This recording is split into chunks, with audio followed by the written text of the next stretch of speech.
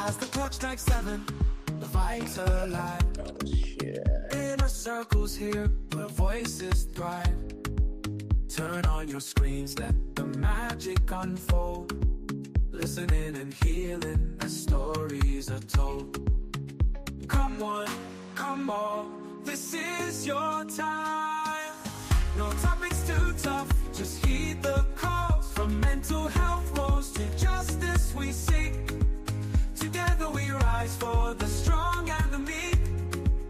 A safe space for all, let's lift every voice.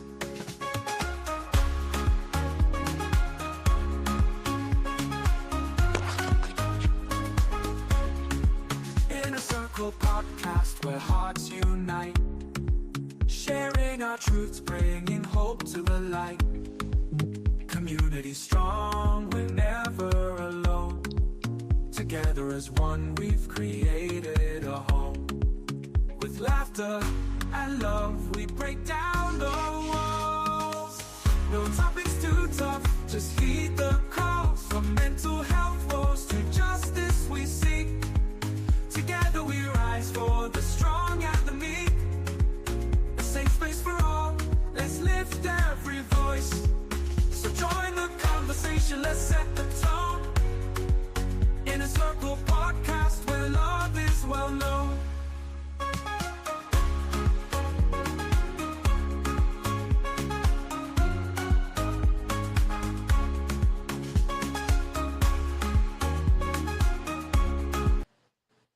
Good evening, family, and welcome back to the Inner Circle Podcast. I'm your host, Abe Kamara.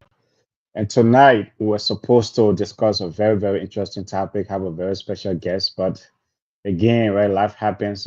Just before we could come on, we learned that our guest is going through some tough situation right now, and she couldn't make it. And so, but thankfully, have two great panelists here, so we'll try to try to tackle this topic, try to deep dive into it. Cycle podcast.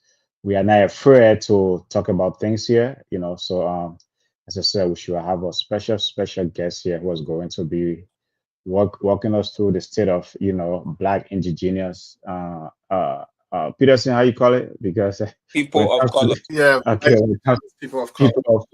people of color led non-profits, So that's the state, right? Is that right now we are in uncertain times, right? With funding being freeze, grant are being cut all over the place, DI is under attack, and so like Nelima that been here tonight to kind of explain her journey and just the state of her organization and all our like black led or indigenous or people of color led organizations. So, but unfortunately, she can't make it tonight.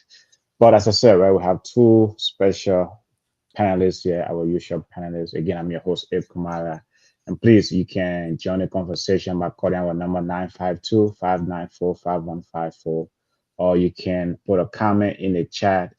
Again, there is a community show. That is the community show. You can also subscribe to our YouTube channel. Follow us on Facebook. Follow us on LinkedIn. Follow us on Twitter, X. Subscribe, Cycle Podcast on Apple Podcasts or Spotify.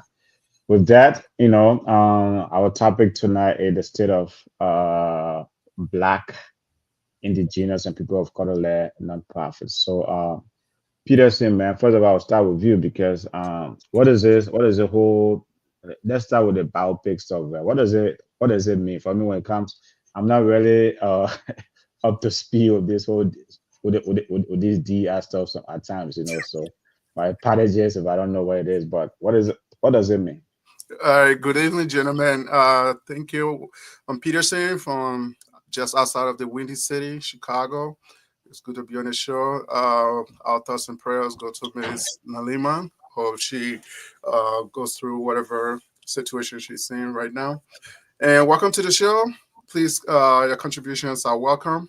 But when we talk about BIPOC or BIPOC-led nonprofits, this is usually like nonprofit organizations that's formed and is controlled by people like Black people or indigenous people or people of color in general. So the whole like board of directors going down, everything is controlled by the culture, and sometimes it will have a cultural influence on this type of nonprofits. So people will bring their cultural experiences and their lived experiences into the organization, and that's how they maintain that going forward.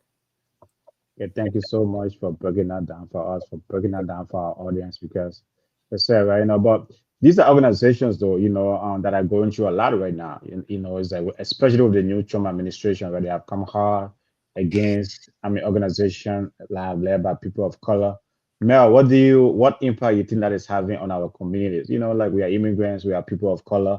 There are a lot of, a lot of us, a lot of our, a lot of the organizations that are in our communities are nonprofits, and now that with funding being frozen or cut, or eliminated, what impact you think that is having on on the community, It especially for definitely these? gonna have a negative impact on Hmm. the community. Now, these organizations are funded to represent people of color, get them involved into the society, right? Hmm. They kind of play advocates. They kind of advocate for people of color on the other end. Now, Hmm. cutting these things off will really have that negative impact on the community. Remember, these groups represent people of color, and when things are going on affecting Black people, they tend to find means to kind of talk to leadership, right? Hmm. Advocate for us. Go to all the way to the leader, the Yeah. governor, the House of Representatives for Minnesota, and Yeah. advocate for these things so they can be corrected. Cutting it off is like you are like, okay, these are organizations that were put in place to help us just you know go through these marginalization that Black people go through and try to navigate them so then our voices can be heard. But Yeah. taking it out is like you're taking away the voice and the representation of people of color. So I think these organizations have helped tremendously over time. People that have Yeah. involved with it have seen how impactful positively they have been over time, Yeah. and you've seen transition of people of color getting jobs in areas they weren't getting jobs. You've seen things changing around. You see, certain law being passed to kind of tackle a specific community in a positive way. Taking these things away is like these gaps and these hurdles will continue to be there, and you're Hmm. creating more of those. So Okay. negatively will impact the community overall. Okay. Now, Peterson, though, the community that are the beneficiary of these, from these organizations, what can they do, right, to support the organization in these uncertain times, right? Because the way federal funding are being cut, right? State funding is also under pressure. So, what can the community do? The community that are direct beneficiaries of the organization, or like ACER, right? Which the NEMA represents, or like other organizations, right? What can the community do to support them, whether maybe like, hey, should we be demonstrating around here, in support of these organizations, or what can the community do? Because as Mel said eloquently, right, is that these organizations, right, represent and advocate on behalf of people of color, let's say, communities. So what can the community do to support them? In what Yes, ways? so in terms of support, I don't think going to the streets is going to help the matter. But as far as like funding or the lack of funding, if these organizations they can go to their local, like since they advocate for the community, stay within the community and actually go to maybe like the Black Chamber of Commerce or go to other Black-owned businesses or banks. This is where a few shows ago we're talking about like the Black wealth and having like a community like credit union or Black owned credit union and things like that.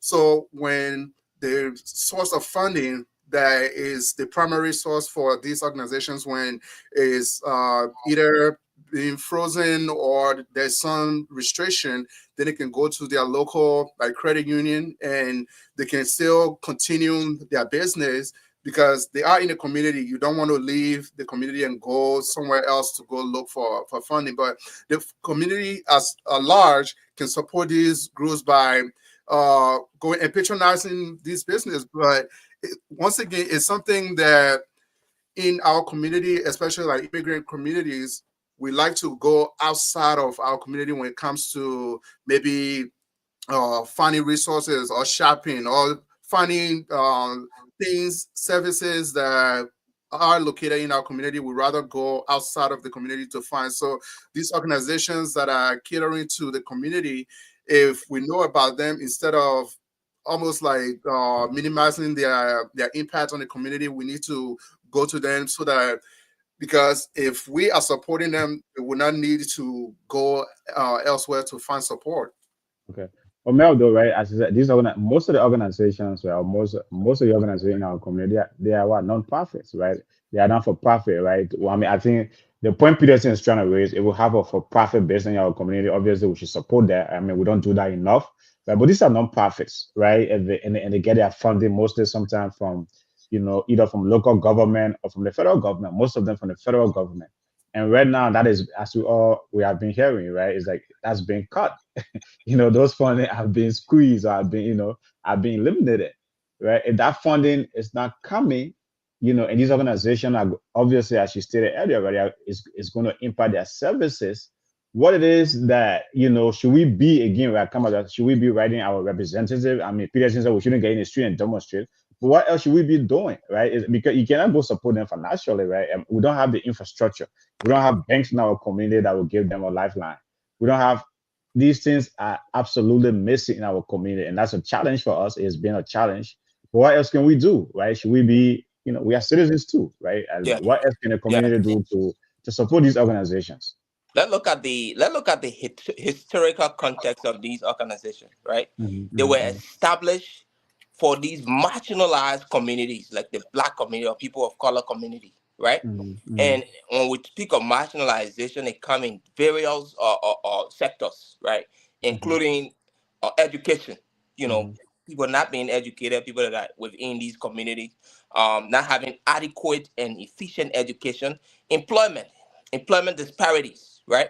And overall, right, healthcare, and these are things that we need advocacy for. And these organizations are funded basically on the basis of these things that will help us navigate through these things. So then, one, education can be, not just focused in one community, but can go across, regardless mm-hmm, of your color, regardless of where you're from, right? mm-hmm, And then mm-hmm. employment, there shouldn't be employment disparity. Now, these funds that are being used or given to these people by the local government and the federal government, cutting it off is a tough thing.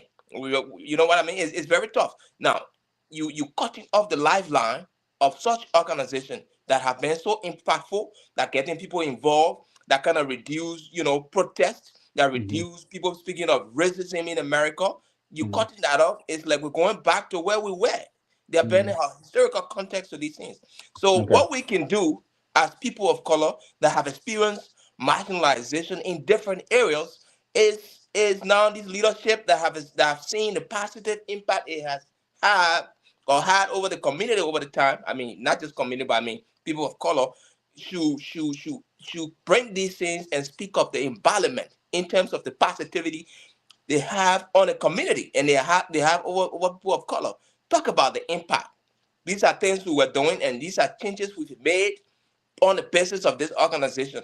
How do we go forward? My brother, protest is not against the law. The Constitution allowed that, right? The Mm-hmm. Constitution allows people to protest if it's not violent, right? If you do it in a Mm-hmm. way that you have a reason and you Yeah. have an agenda, and Okay. those things are laid out with eloquent speakers, Mm-hmm. we can protest. Mm-hmm. We can protest and ensure that these things are reinstated. So then you speak of the value of it, speak of the importance, speak of the changes it have brought within our community. But what we can do as people that Yeah. experience these things should be focusing on, you know, like I said, the leadership of these organizations now Okay. should come back to these communities and educate its people. Because a lot of us don't know these things. We don't know the Okay. importance. We enjoy certain things, but Yeah. we don't know the work being put behind those things, Yeah. right? Now, Mm-hmm. explaining somebody who have been in that position, that have Mm-hmm. seen how impactful these things have been, the changes they have made, bringing those changes you have had over the course of the years, right? Whether Yeah. being 5 years or 6 years of your establishment, Yeah. speaking the importance of it, and let these people know this is helping us. We shouldn't cut Yeah. it off. Yeah. people will follow you and turn off the protesting piece of it.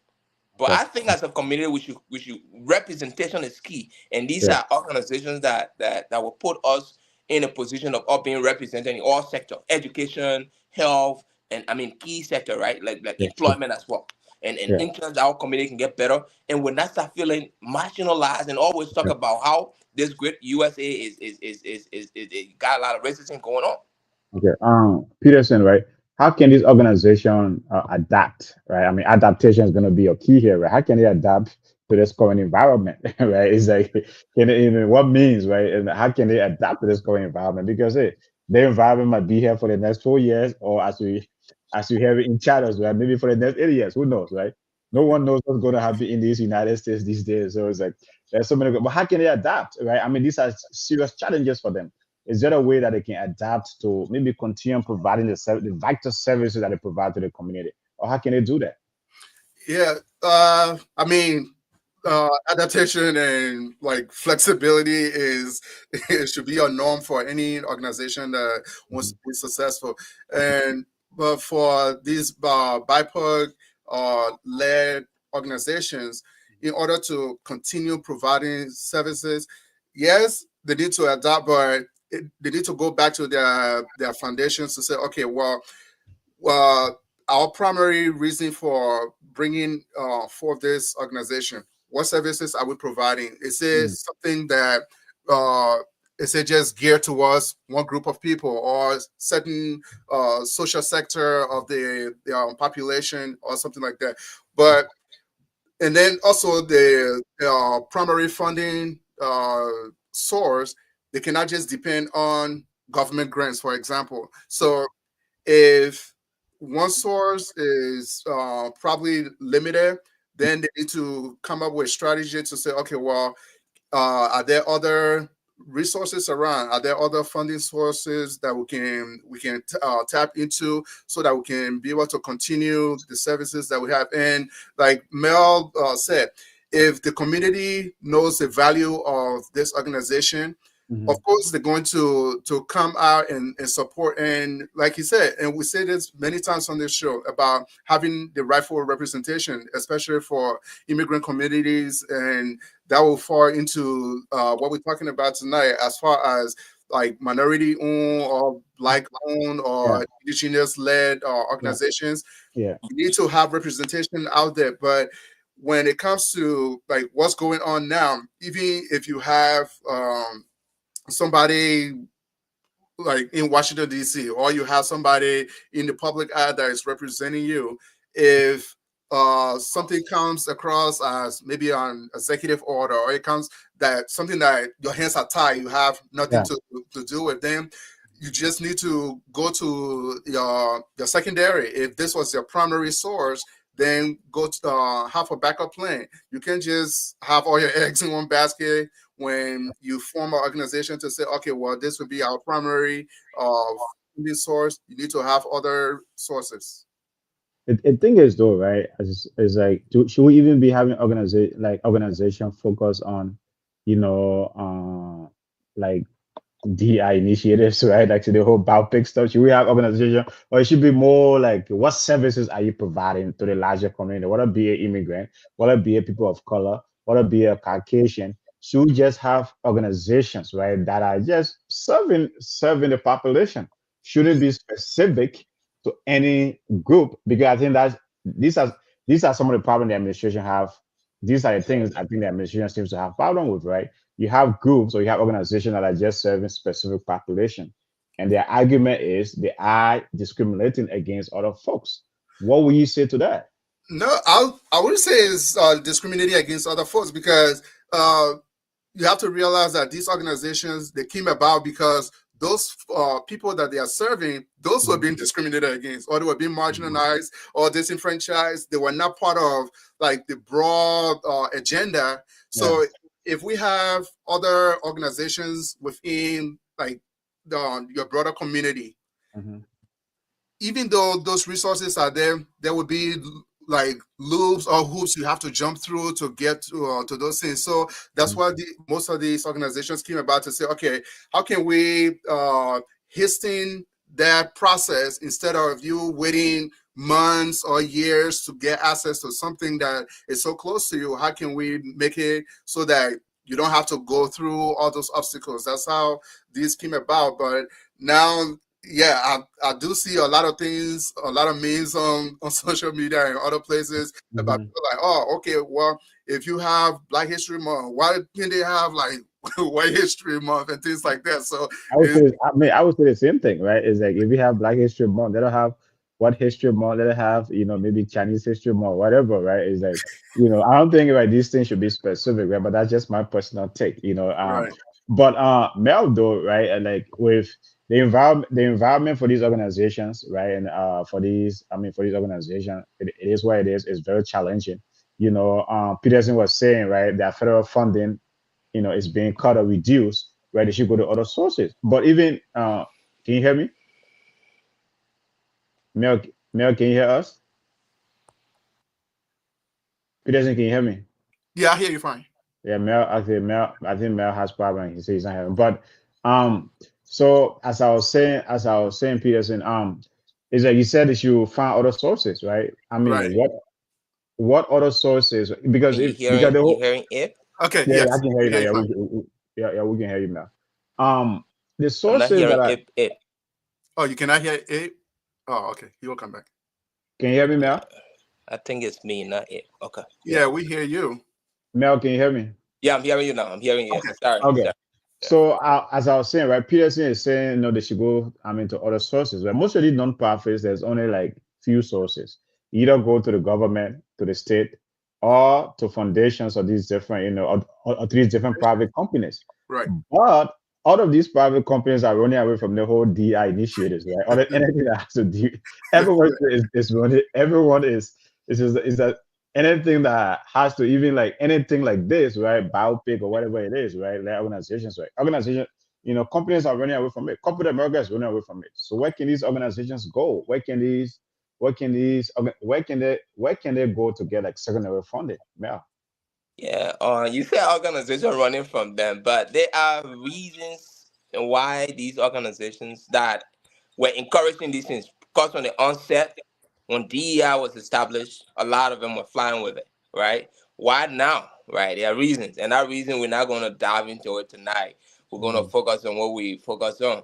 mhm, We don't know those reasons. The reason is when you have one of the reasons. I would just say that when you have government that take over and heavily speak against such thing, the people they are serving the community, are serving the overall their interest for profit gaining, right? So if you put yourself in a position where the overall government, federal government, is not approving such thing, they tend to distance themselves from it and focus on how best they can do their business, so not just be involved in these controversies. So that's just what that is. However, as it relates to ACER or these nonprofit organizations that are helping these marginalized communities, mhm, um, Peterson made a very vital point, right? I don't think you know if you have a government come in place that say, "Oh yes, this is going on, and we're going to sponsor it." You now, as a leader, you should be visionary. Know that administration will change, and when administration changes, things change. Now, how are you planning to maintain that? Will be through your mission statement, will be through your community engagement, and mhm, letting people know what you are doing within the community, those changes you're making. There are people looking for areas like this, these kind of organizations to invest in. mhm, But if you are not putting yourself out there, you focus on, yes, we hear this thing happening within the community. We're going to advocate. We're going to advocate for this group of people because they're being marginalized, and go to the government to say this is happening. What can we do? Can we write policy to change it, right? But you're not making your presence felt within the community you are representing. I don't yeah, think a lot of people know, or a lot of people that these organizations represent know a lot about these organizations. okay. Community engagement is one of them, right? Establishing yourself and making sure you are reaching out, because it's Mm, not about just the organization. The organization is there to carry on the work.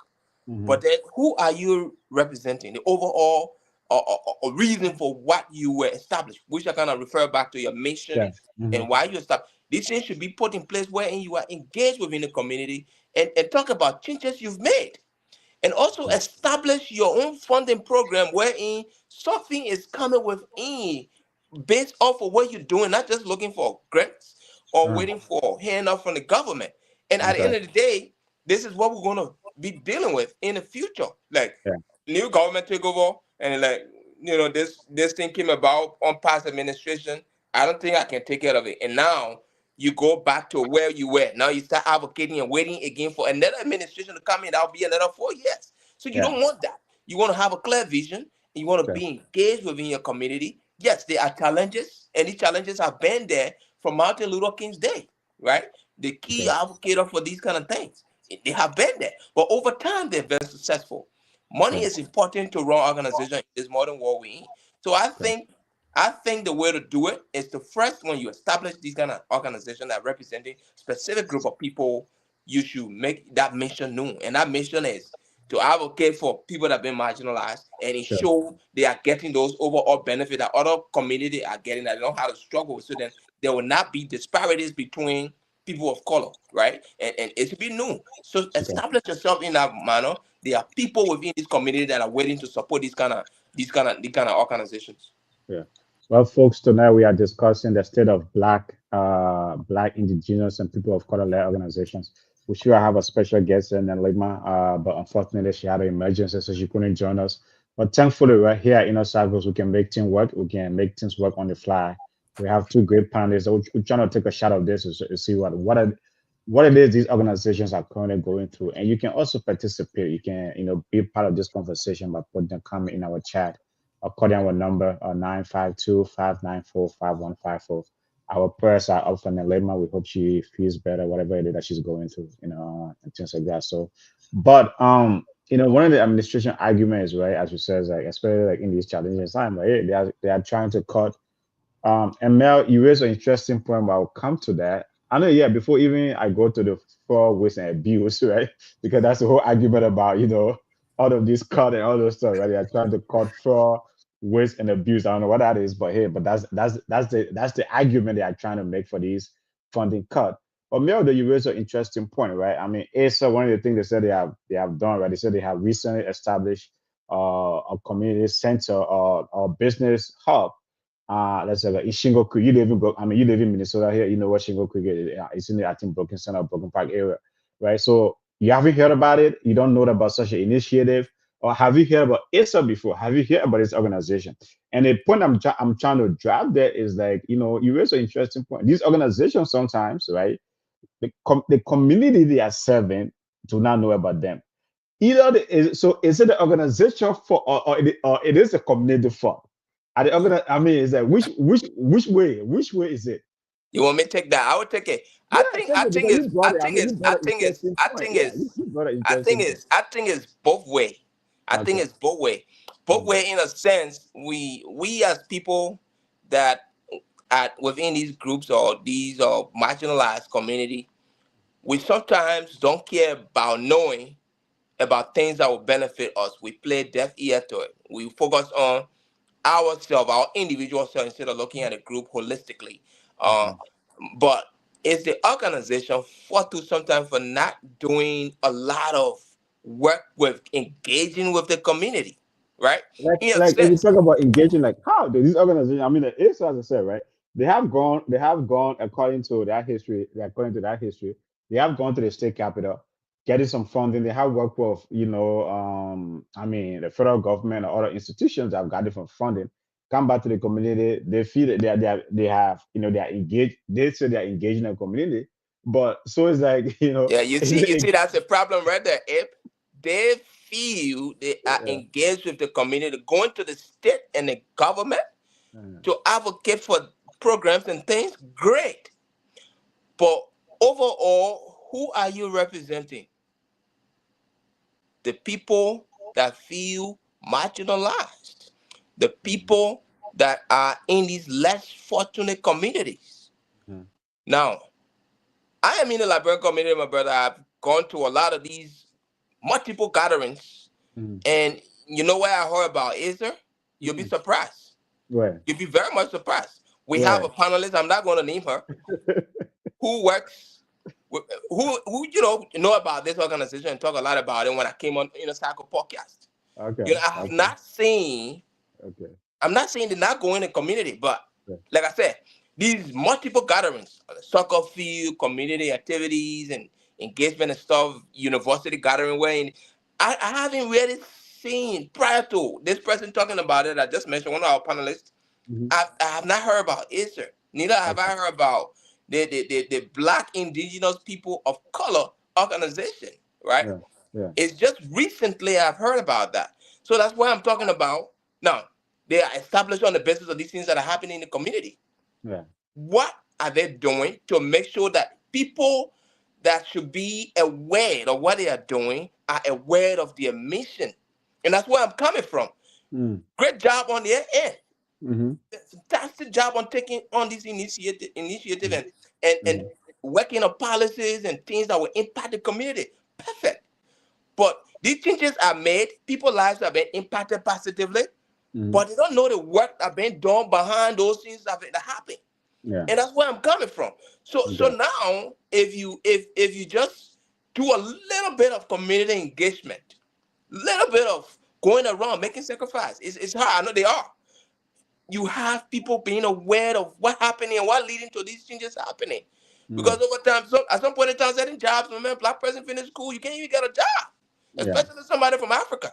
Mm-hmm. Now it has changed a little bit, right? Mm. Where Yeah. you see somebody of color working in corporate America, it happened a Yeah. lot. Yeah. What led to these changes to happen, right? It's because of these organizations. So great Okay. work they've been doing. I'm not taking that away from them. But Yeah. I'm saying they should do little more by engaging these communities that they are representing so they know about them. So they are Okay. informed of these great jobs you guys are doing behind the scene. Okay. It's hard for our people, it's hard for us to get involved.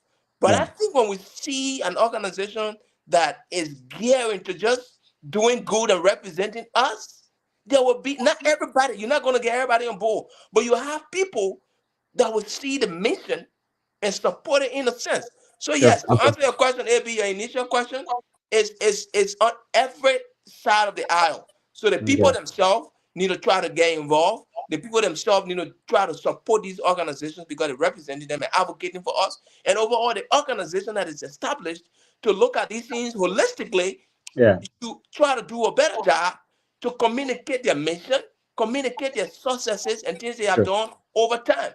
I don't Okay. even know where their office is, and just so to speak. And Yeah. these are things I'm talking about.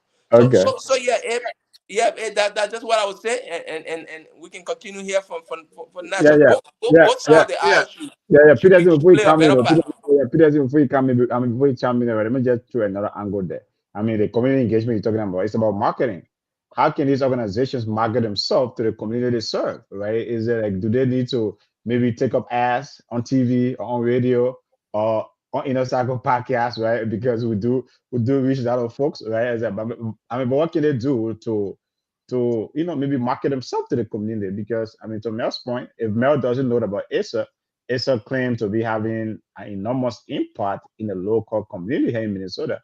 And Mel, who is very much engaged in the community, doesn't know about it. There's a gap there. What can they do?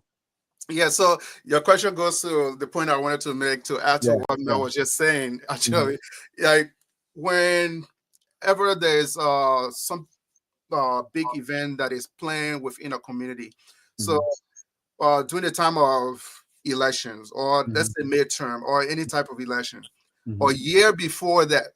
So after this general election we just had in my city, they're electing mayor. They're gonna. The mayor is running for re-election. Okay. Almost a week after the general election in November, Yeah. yard signs posted everywhere in the city.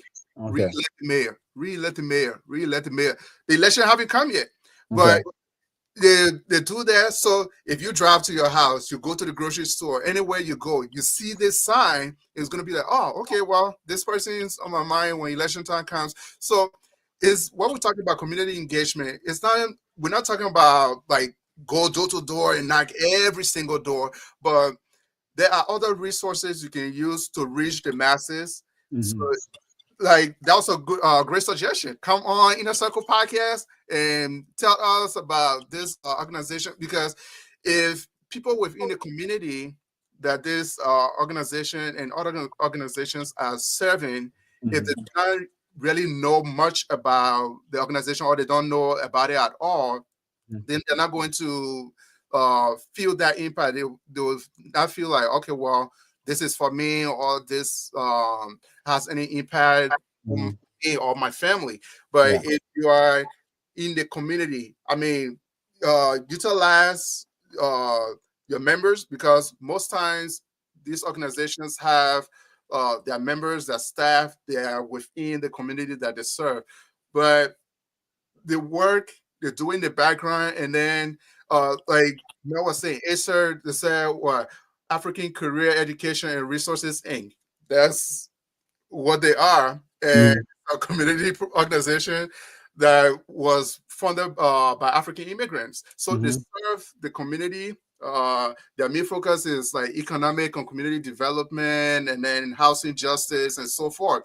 Mm-hmm. But if they are not telling everybody like, oh, we can help at the community centers, at the town halls, at other places, at churches, if they don't go and say, oh, if you need help with your landlord, if you have an issue with your landlord, or if you need help getting into a house, you can come to us and we're going to help you. It's word of mouth, it's advertising, it's marketing yourself. They are non-profit, but at the same time, you have to put yourself out there so that people Mm-hmm. know what you're Yeah. doing. So they have to actually get more into the community. And it's like Mel said, for us, especially African immigrants, the resources are there, but how to get to it, we sometimes, I don't know if it's ignorance or we just so oblivious. So it's like somebody asked me recently, like, oh, I told them I changed my primary care doctor, and said, oh, did you find a new one? I'm like, no. Then they laughed, like, oh, so you're waiting until you get sick to find another doctor? Yeah. Yeah. No, Yeah. I'm actually going to. So Yeah. it's something like that. We have these resources and everything around us, but we don't know how to utilize it. And then many times like we are so oblivious to it, we don't know if they are even there, although they are. Okay. Mel, then I come back to a point where it's like if this organization, their impact, or their work, or folks don't know about it in the community, do you think would if I mean it's like I asked you earlier, or I asked Peterson earlier, what can the community do? If the community don't know about their work, is there anything I mean the community will just say, you know what? I don't even know what ACER was doing. So if ACER funding is cut, who cares, right? Because I don't know what they were doing. Is that Yeah, so what I mean? Yeah. that contributes to that statement you made, and somebody who doesn't know will say that. Now, and that's Mm, that's the point I made. Like successful stories, things they have done successfully that mm, have been impactful to the community. Later okay. now, policy they were able to help, by the advocacy through them that were passed, bring those things to the community. These are things we've done. These are the impact they have on the community. We Mhm, did this. Here's the impact they have on the community. Explain this success story to the people. Because right now, not a lot of people know ACER. Not a lot of people within the black community know ACER. So bringing these success story out, and making sure people are aware of what you've been doing over time, mhm, the number of people you've helped within these communities, mhm. you know, bringing these. I'm not saying need people, but you can just put a number to it. Yeah, Like we have 100 people for the yeah, past 5 years, and yeah. this X, Y, and Z with them. Explain these stories to the people, because there are a lot of success story with these organizations. So Okay. put these things out there, make it known to the people, so then they are not like, oh, I don't know about them. I don't know what they've been doing. But at Mm, least firsthand, they get what you've been doing over time, things you were able to do successfully that have impacted their lives positively. Now, if I'm hearing something like that, I would be interested in it more. And I want to know how, you know, we can keep that going. So then yeah. someone else can benefit from it, if not me. Because for me, it's basically I'm going to look at the next person. If someone else within the community is benefiting, the entire community is benefiting. Think about Yeah. that individual, that one person. So you kind of stir it. Everybody within the community or within these kind of the Yeah. people of color community might not follow it. They might not Yeah. even listen to it. But Okay. you will have good number of people that will be interested in it and want to see it being successful. So Okay. putting those success story out there will help us continue these organizations, so then we can continue to have us being represented and have us advocate for people that have been marginalized within the community. Okay. Yeah, Peterson though, right? First of all, let me ask you, like, how many immigrant-led or black-led or people of color-led organization, non-profits? Because most of the organizations that are providing these services, these vital services in our community, they are non-profits. How many of them do you know in the Chicago area that are serving your community there? No, you can't name them. I'm sure they are there, I, but you can't name them. Okay, you can't name I any. cannot name them. Okay. Mel, okay. Mel, you say you don't know ACER, but is there any, immigrant-led, people of color-led organization in this community in Minnesota? Not only the northern suburbs, right? You find yourself, but in Minnesota, is there any organization that you can name? Well, none, brother, none. And credit to Inner Cycle podcast. I'm Yeah. being exposed to a lot. We Okay. hear every day. I learn every day. Okay. We hear people come here and talk, give a lot of resources. Prior to me Mhm. coming here, Yeah. I didn't know any kind of organization within the black community that So, were kind of so, advocating for so us. who do you blame though? Because there are a lot of these organizations here. Again, are you saying that these? Okay, but okay. So let me reframe it this way. I think right. We are. I mean, nothing against technology. Technology is great, right? Technology is great, but sometimes I tend to be old school, right? It's like sometimes, right, to your point, right? The soccer field in the summertime, or even in the African immigrant community, you have the soccer field. You have places. You have a lot of gatherings, right? Well, but sometimes folks rely so much on posting stuff on Facebook, right? It's like on, on social media, right? Maybe the organization like, or maybe sending newsletter out. These days, man, our attention span is so short. If you see something in your inbox, email or something, man, you're just going to write. If it's not important, if it doesn't say, if you don't recognize, it's some if you don't recognize that person or that organization, you just go ahead delete. But do you think these organizations, right? To me, I said, right. I mean, they are probably doing great work. They're probably reaching out, but maybe their means of reaching out is where the disconnect is, right? They are either posting on social media on Facebook, or maybe their newsletter or sending email. Do you think they need to change strategy in terms of their outreach? May I'll start with you on that. Okay, Mary's You first. froze. Yeah. Yeah, Yeah. So not change, but add. So like we're talking about adapting yeah, earlier. yeah. Mhm. So if uh, the way they get to the community or engage the community is through posting on social media or their website, Mhm. nobody, like you said, people just flip through things, Yeah. But if you go to a community gathering, you go to a church, you go to like a local basketball game, if you Mhm. pass out 200-300 pamphlets, Mhm. I mean, everybody's not going to throw it in the garbage. There would be, uh, let's say, half. At least half's going to keep that, and maybe on their way home, they'll put in their car. It will be Mhm. laying there, and then one day they're going to work, and then they're digging through to see what's there, and then they pick it up. Like, oh, Mhm. wait, and then they pay more attention to it. Yeah. But if the strategy of engaging the community, we need to adapt and needs to be enhanced. So if it's posting on Facebook, yes, you can reach more people, but Mhm. you get less response Mhm. because, like we said, our attention span these days is very short. Yeah. So you need to find other means of reaching people. I mean, you need to inundate the community with this information. If you post it on Facebook and I see, oh, okay, Abe went to Starbucks this morning, but Yeah. then you took a picture and you show it to somebody like, hey, guess what? I went to Starbucks, and then the same person is like, I already saw that on Facebook. Well, that's double. That's double for that person. They already see Yeah. that Yeah. information twice. Now it's going to stay with them like, oh, okay, Abe went to Starbucks this morning. So we don't need to the community, not the community, these organizations, they do not need to change their strategy. They just need to add to it and adapt and bring on more ways to engage the community. Okay. Well, folks, tonight we are discussing people of color-led nonprofits.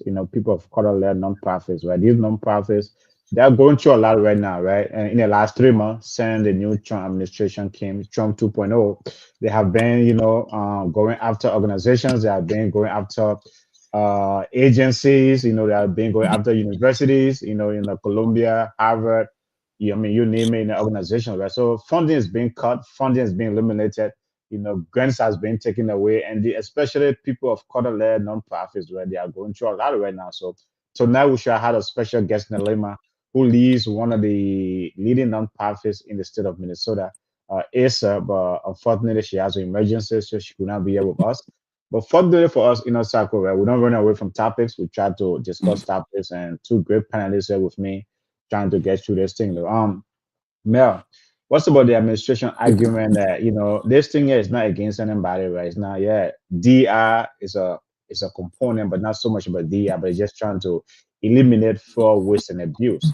Because let me kind of throw an angle in there in terms of the argument of bid, right? You're saying like you have not even heard about ACER, right? But I think probably ACER is receiving funding, or organizations out here are receiving funding either from the federal government or the state. If these organizations are not being impacted by the community, it's not hearing about them. Don't you think the administration argument holds water, right? That hey, maybe let's try to eliminate these things because the resources are either not reaching the community they are meant to reach.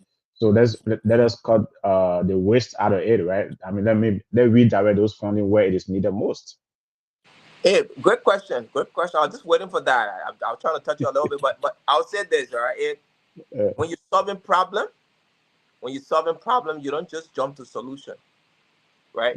I think the government intent is to solve problem that it didn't really know a lot of, so to speak, right? Now, am I in support of DEI? Somehow, yes. But what the government should have done is do a thorough investigation, not from the get-go. You just want to cut up things because you want to cut costs. Now, some of these things, I'll speak a little bit. Some of these things are affecting even people that support this government in a sense. They are DEI beneficiaries that were in the military. A lot of them have spoken on CNN. I'm not going to name them because this podcast is a locally operation podcast that went on CNN and said, I thought this administration would have done better. I came from the military. I served this country for X amount of years, but I'm being caught, right? Now, mind you, this is government. The government represents its people and is there to advocate for its people to make their lives better. There's nothing wrong with cutting costs. But first, to solve problem, you need to understand the root cause of it. You need to understand the basis of the issue. You can just say because this was funded by this administration, so I'm cutting it off. It's not helping anybody. Now, mind you, the point you made about is not being, involved within the community or not doing a better job to make the presence felt within the community. There might be other issues they were dealing with over there, but they were doing a fantastic job. There are challenges with any organization. They were doing something that was impacting the community in a sense. Now, what do I mean by government, investigate stuff before they make decision? It's good to know where your fund is going and how your funds are benefiting people that should be benefiting. Now, it's a good thing because you don't just want to be spending money and not seeing results, right? Sending people to look into these kind of things. Why were they established? What they've been doing for the past time since they were established. What are their impacts on the community? If you find out you have facts that the funds were just given to them and being misappropriated, then you can take necessary actions to be like, no, based off of these facts we have, right? We don't think we want to continue these things because they are not helping anybody. We'll look at it from a different angle. Then you can make those decisions.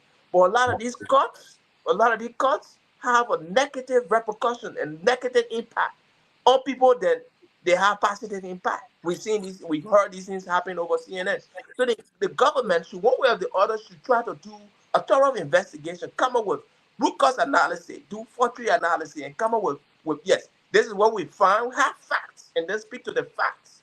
A government, especially the government of the United States of America, you don't just Mm, make decisions on the basis of assumptions or on the mm, basis of just, well, this was established because the past government. Think about how those things are benefiting people. As a government, your overall motive, the reason why you contested for presidency or to be a leader over people is to make people's life better, to make sure the country run the way they are. People are safe, and safety involve job security.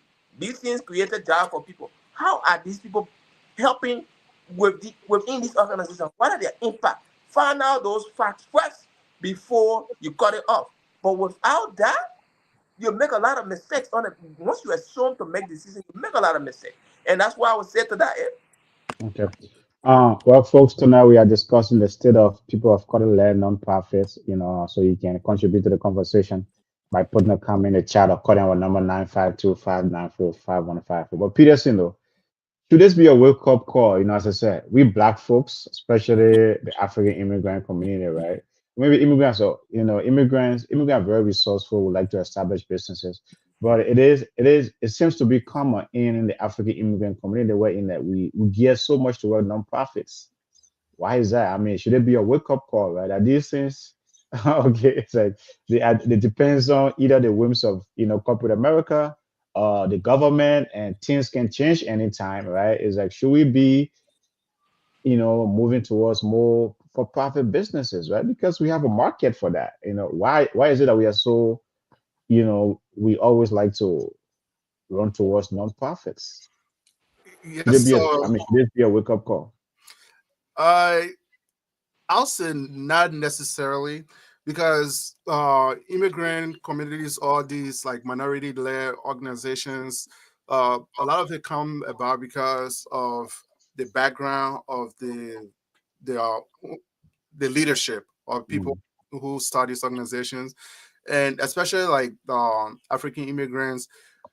Most of us, our background is based on like service, serving people, serving people, serving people. So uh with that, when you come here and you manage to start something, you still have that mentality like, okay, I want to serve the community, I want to provide for other people. And in order to do it, you start a nonprofit, and then you cannot do it personally. So then you need these funding sources, sometimes private or government.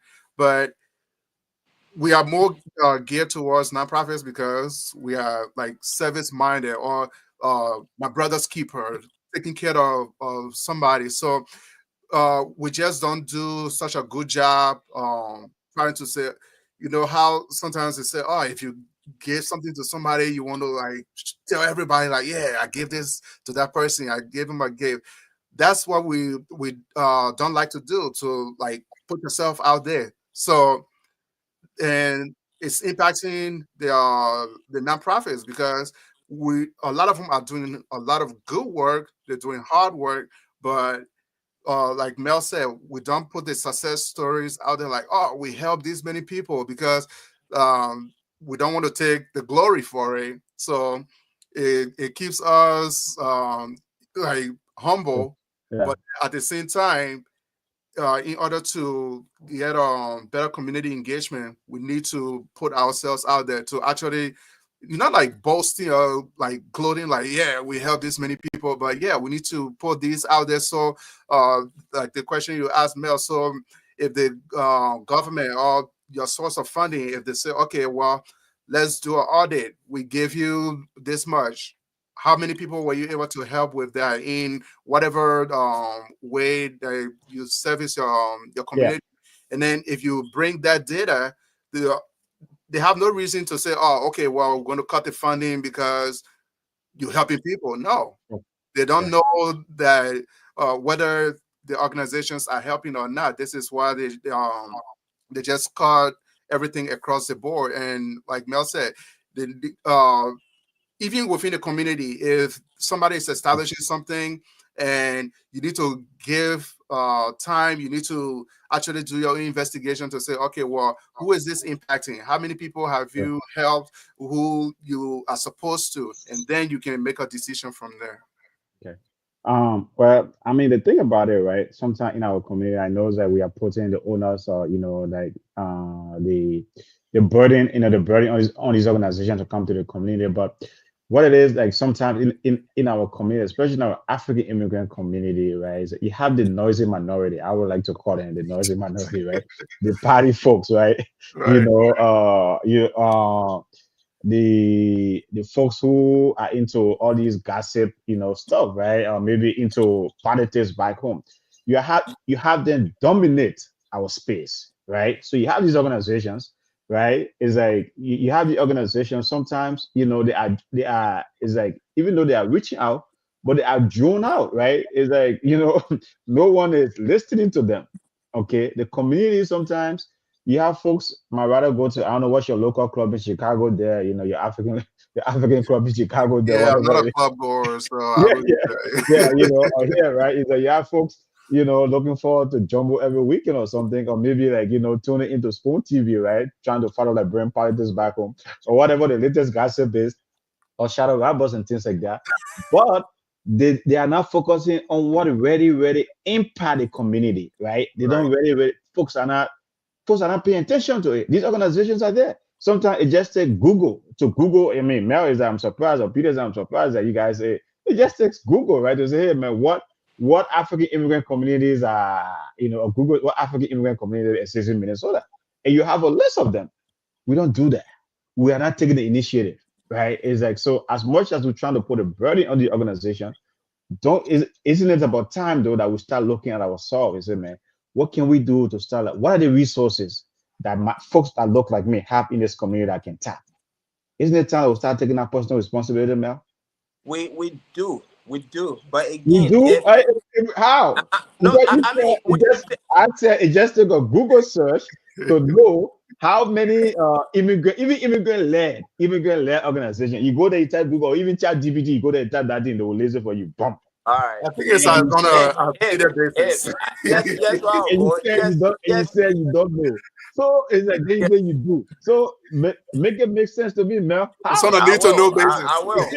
I So it's will. a I need to will. know. If you just let me. I will. If not to say this is an excuse or for Uh, anybody or whoever. uh, I speak for the community overall. I'm not going to speak mm, for myself when I'm here, right? mm, I'm not mm, going to take it personal. I will mm. speak things as Yeah, they are within the community. Now, yeah. I think people from the community should know that in order for things to happen within the community, it takes resilience. It takes effort, not just one time, not just saying, we'll put it out there. It takes consistency. Mind you now, mind you, we are people that don't like reading. This community, we don't like reading. We don't like to search for information that will impact us positively.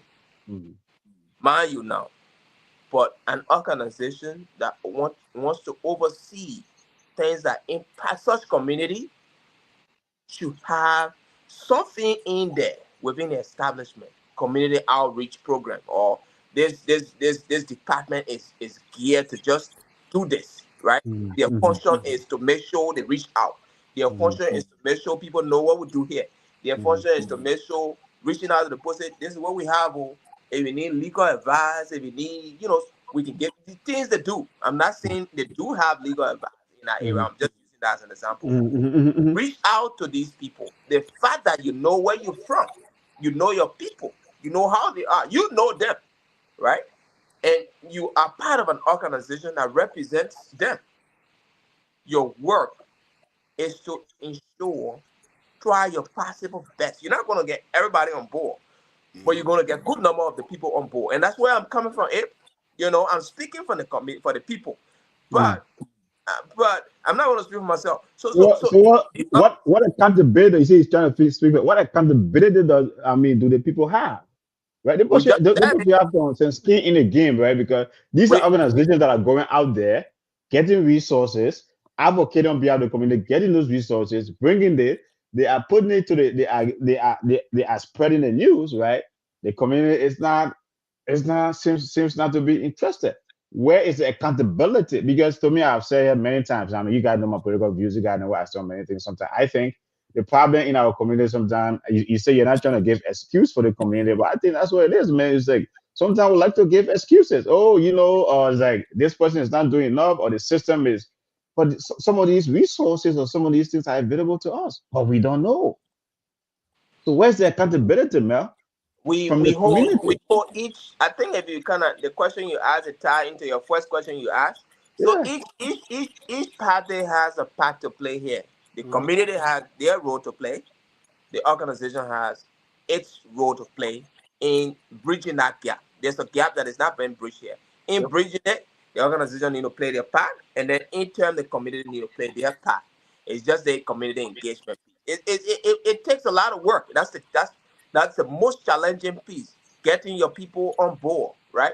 And everyone had their role to play to ensure that these things continue to go on. And I kind of made that balance when I answered your question earlier about yes, it takes everyone to be involved. It takes the organizations to play their role, and it takes the community to be interested in it. Now, being interested is the organization making sure they're explaining their success story, saying these positive things that have happened over time.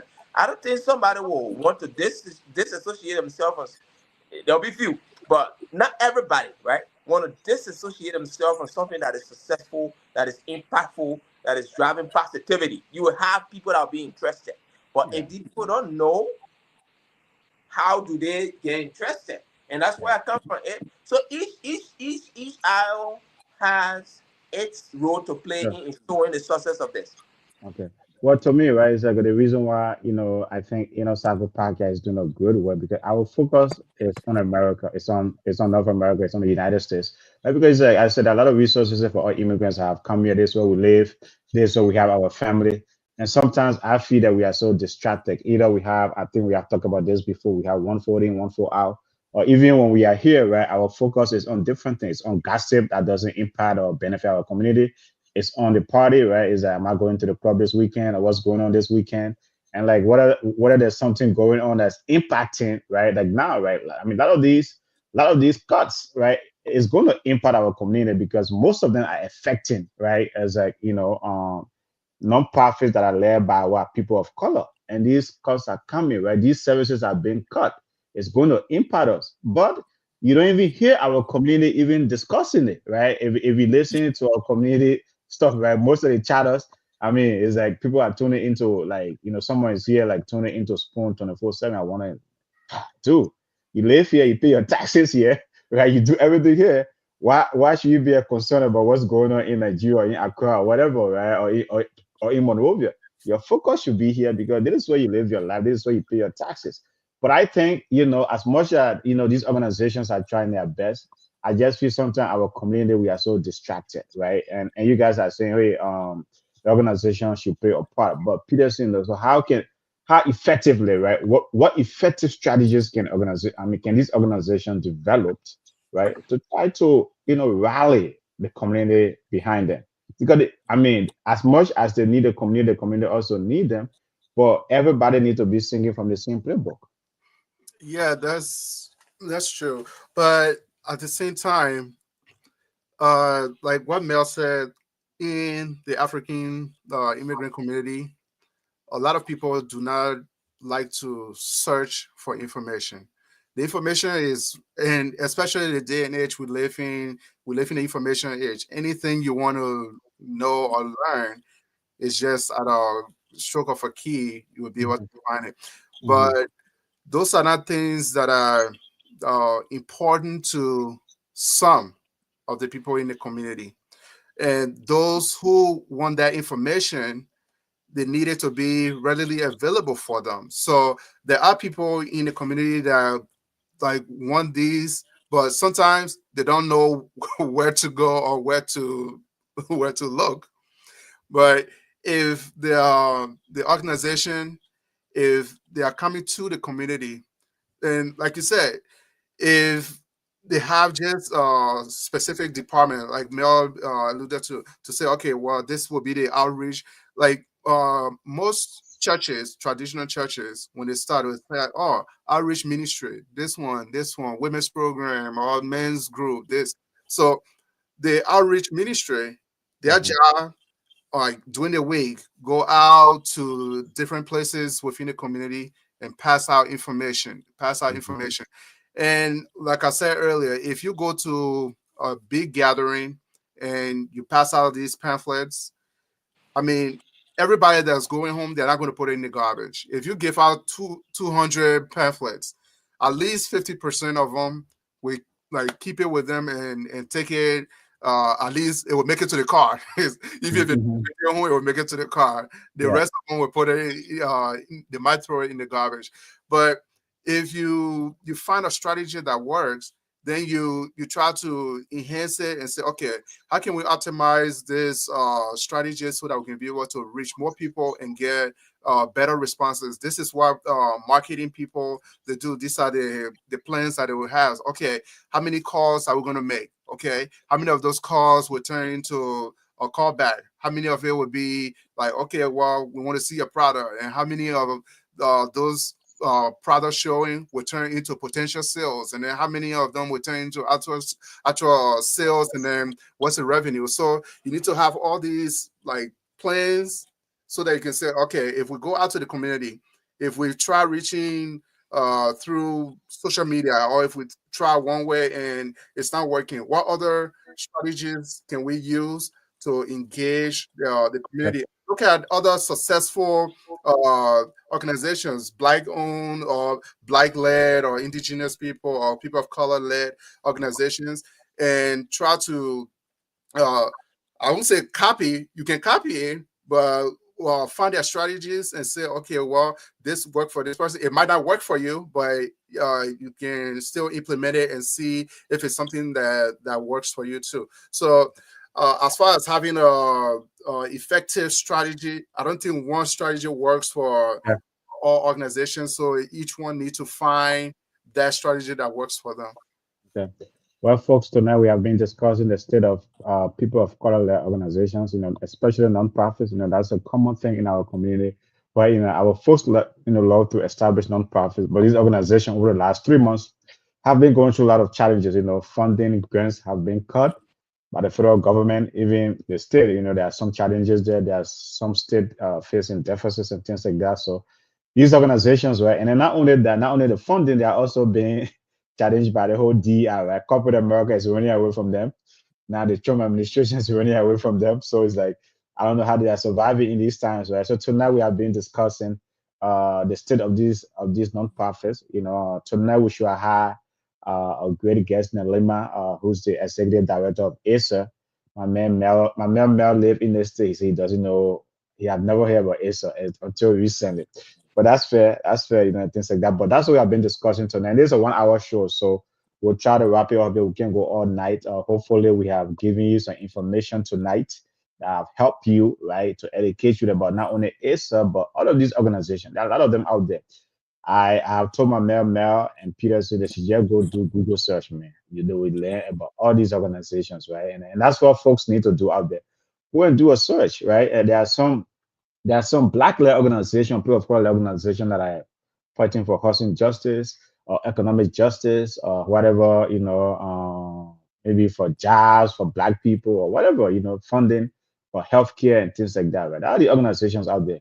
But we are blacks, we are not taking the initiative, right, to go and search them. But as we wrap up here tonight, Mayor, what is the message you want to leave with folks as we wrap up here? Is that what can folks do in our community, right, to support these organizations, to make sure that, they provide vital services for us, and it will be sad that, to see them leave the stage. But what can folks do, right? And what's the message you want to leave with folks tonight? Yeah, thank you guys. Thank you, Peterson. You held it down. Thank you, Ed. I know we kind of came here prepared to ask questions, just following up, but we end up, talking about a huge topic that impact us in a way. Um, so yeah, what I can leave with people tonight is, get involved in your community. Ask those regular questions you can ask to understand how things work around here.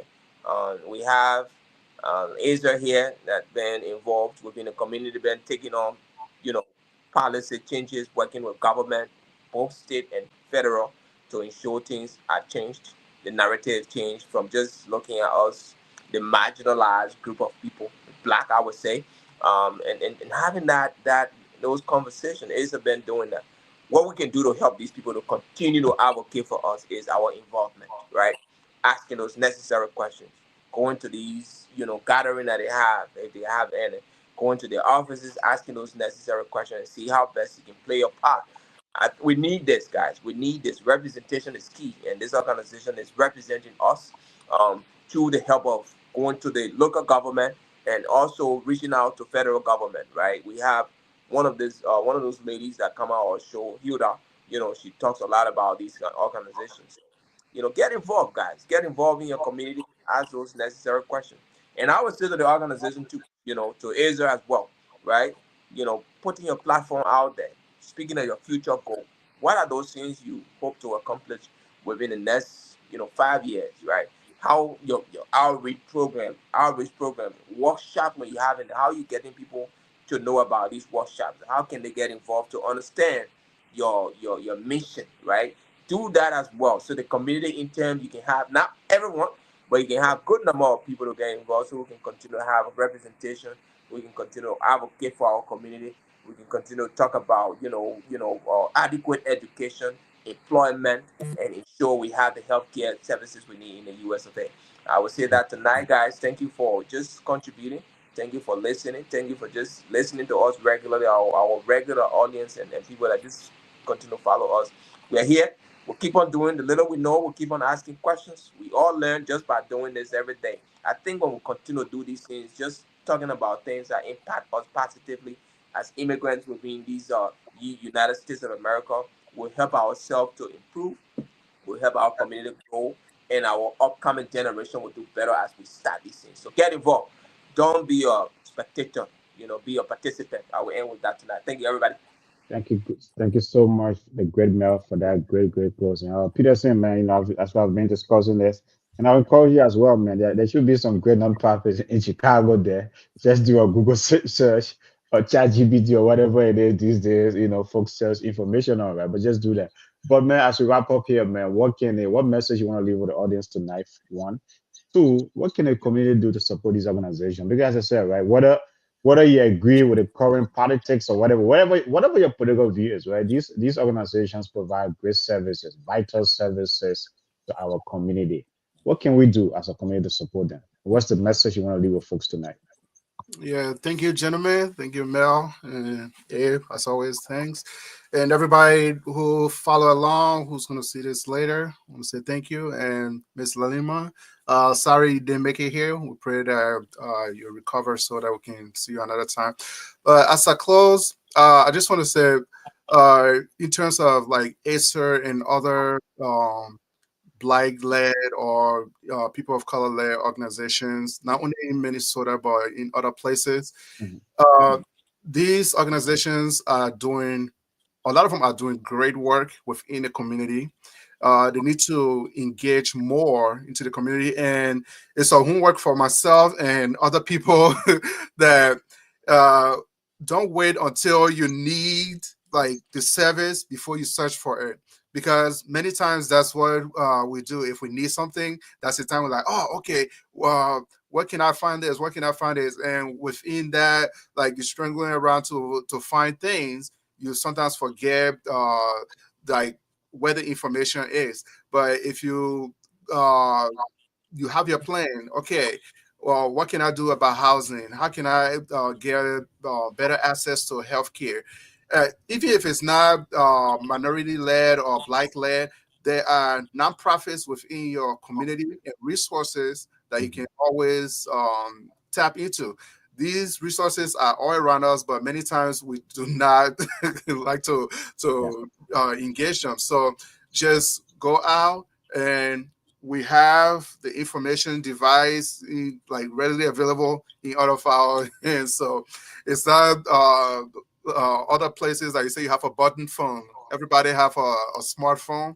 All you have to do is search if it's an area that you need more information on, to say, okay, well, I don't feel comfortable, or I cannot find access to like the bigger Yeah. community Yeah.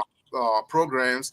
Then go ahead and just search what organizations are led by Black people or indigenous people or people of color or minority as a whole, and then you can be able to help those organizations, because the more you reach out, then they will say, okay, well, the community needs us, so let's go ahead and provide these services. And that's what they are there for. That's why the organization was formed. So if they are now doing, or if they cannot find Yeah. the population or the purpose for their organization, then it's going to dissolve or go away. So in order for them to continue to provide these vital services, we the community need to also engage them, not just organization engaging the community. We need to engage these organizations and say, okay, what service do you provide? Do you provide this type of service? And in so doing, the organization would then go and be able to get funding to say, okay, well, we have this many people within the community that need this type of service, and we need resources, we need funding so that we can be able to provide this service. So, Okay. yeah, thank you. Always follow this podcast and follow us everywhere. Yeah. Well, thanks so much, Peterson. I mean, here at Inner Circle Podcast, we are committed, to bringing this information. You know what I mean? It is gonna. We are passionate about it. The panelists, you guys are passionate about it, and we are committed to make sure, right, that we bring the information to our community. But I think too, to you guys' point, the community, these organizations, right, I think one thing that is challenge, is also a challenge in our community, is data. We need to create data, for people to readily, right? Is that where can you go to find this information, right? Maybe we need a database and like an inventory of these organizations. So those are things I think we also need to work on. And mind you, though, right, these organizations, I think in most cases, sometimes serve as our lobbyists. They go out there to these various state capital or to the federal government, right? They lobby on our behalf and they bring in resources, but yeah, we are not tapping them. We are not taking advantage of them. I think we need to do more of that. But thank you so much, guys. It's been a great discussion. And we're going to be back here tomorrow with another loaded topic, right? This week, we have some powerhouse guests that are coming on. So tomorrow we're going to have another powerful. Tomorrow is our business segment, so we're going to have a powerful guest tomorrow. His name is Ali Modedina. He's a business strategy coach, right? That's what we try to do here at Inner Circle Podcast, right? We try to bring these conversations to you, right? Tonight we are talking about non-profits, people of color-led non-profit organizations, the challenges they are going through. Tomorrow we're going to have a business coach here, right? A business strategy coach. If you're a hustler, you have a side hustle out there, my man Mel or Peter said we have a side hustle out there and you're trying to scale it, right? Ali is going to be giving us some good strategies tomorrow. So, folks, I encourage you to please tune in tomorrow. Cyber Podcast, we are committed to just within North America, within these United States, to make sure that, we need to elevate and amplify our voices. Because I think, we are being eaten for a meal, and most of the time we are not at the table, right? Trying to get what is ours, right? So at the end of the day, we have become beggars and things like that. So we can change our narrative, folks. So tomorrow we're going to be back here, discussing some business strategy. We had that nonprofit and you have been thinking about scaling it. Tomorrow, come and learn. So, but folks, gentlemen, man, it's been a great discussion, man. Thank you so much as always. You make this platform, you make this podcast great, and we thank you. Without you, Mel, without you, Peterson, we won't be where we are. So thank you so much. Folks, good night from the Inner Circle. Good night, guys. Good night. Yeah. Inner Circle Podcast, where hearts unite. Share